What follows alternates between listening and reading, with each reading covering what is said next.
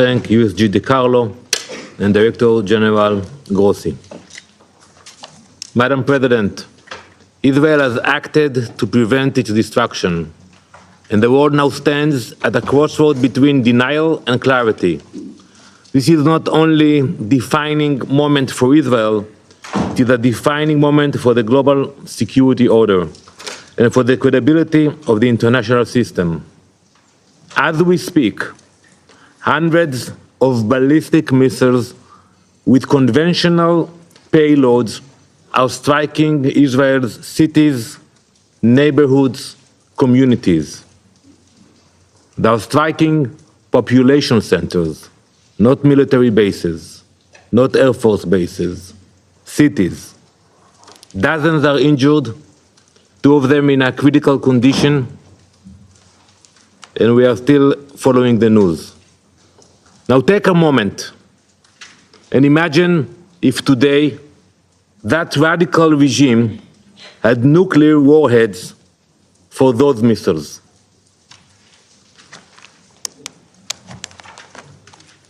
Last night, the State of Israel launched Operation Rising Lion, a preemptive military operation carried out with precision, purpose, and the most advanced intelligence at our disposal.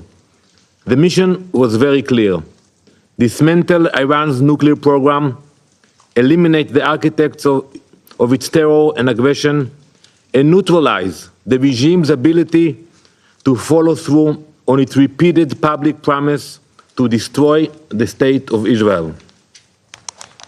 For years, Iran has declared its intent. Its leaders have spoken without hesitation. Less than a month ago, Supreme Leader Ayatollah Khamenei called a, quote, cancerous tumor that must be eradicated.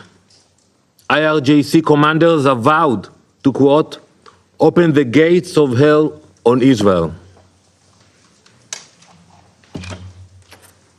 This is a picture from the main square in Tehran. The streets of Tehran display a countdown clock. At the time of the photo, you can see it in Arabic, it was at 8,411 days. It is tracking the regime's planned timeline for Israel's destruction, paid by the government, putting it in the main squares in Tehran. These threats have been made on a near-daily basis. Never again will we dismiss such threats.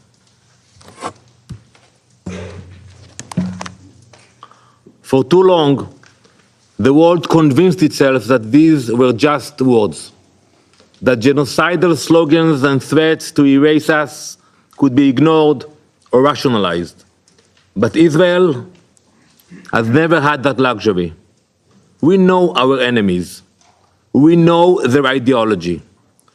And when a regime builds ballistic missiles, enriches uranium to near weapons grade, and openly declares its intent to destroy us, we believe them. We take them at their word. And we take action before it is too late. Colleagues, Israel did not act recklessly. We waited. We waited while Iran enriched uranium to 60%, a level with no civilian justification, and a level that brings the regime within days of a nuclear breakout. We waited while the IAEA reported that Iran had obstructed inspectors, destroyed monitoring equipment, and accelerated its covert special development program.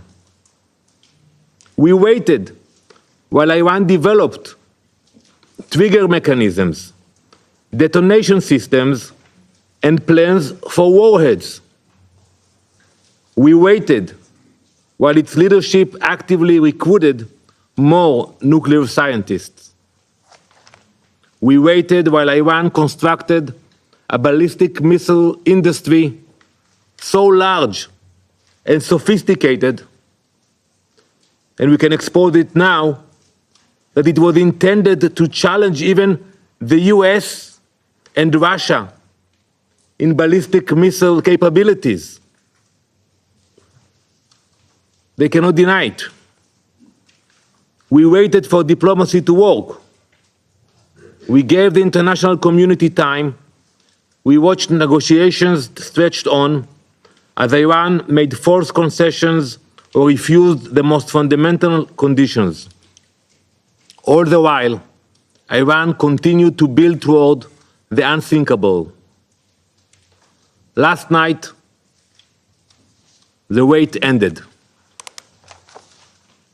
Our operation targeted 3 layers of the threat. First, we eliminated the central figures of Iran's military and nuclear command. This included Mohammad Hossein Bagheri, chief of the armed forces, Hossein Salami, commander of the IRGC terror organization, and Ghulam Ali Rashid, commander of emergency command. These men directed Iran's conventional military forces and terror forces. They coordinated the terror network that has plagued our region for decades. Think how many meetings you had here about the proxies of Iran in Yemen, in Lebanon, in Syria, in Gaza. Second, we struck Iran's military infrastructure, specifically the surface-to-surface missile array.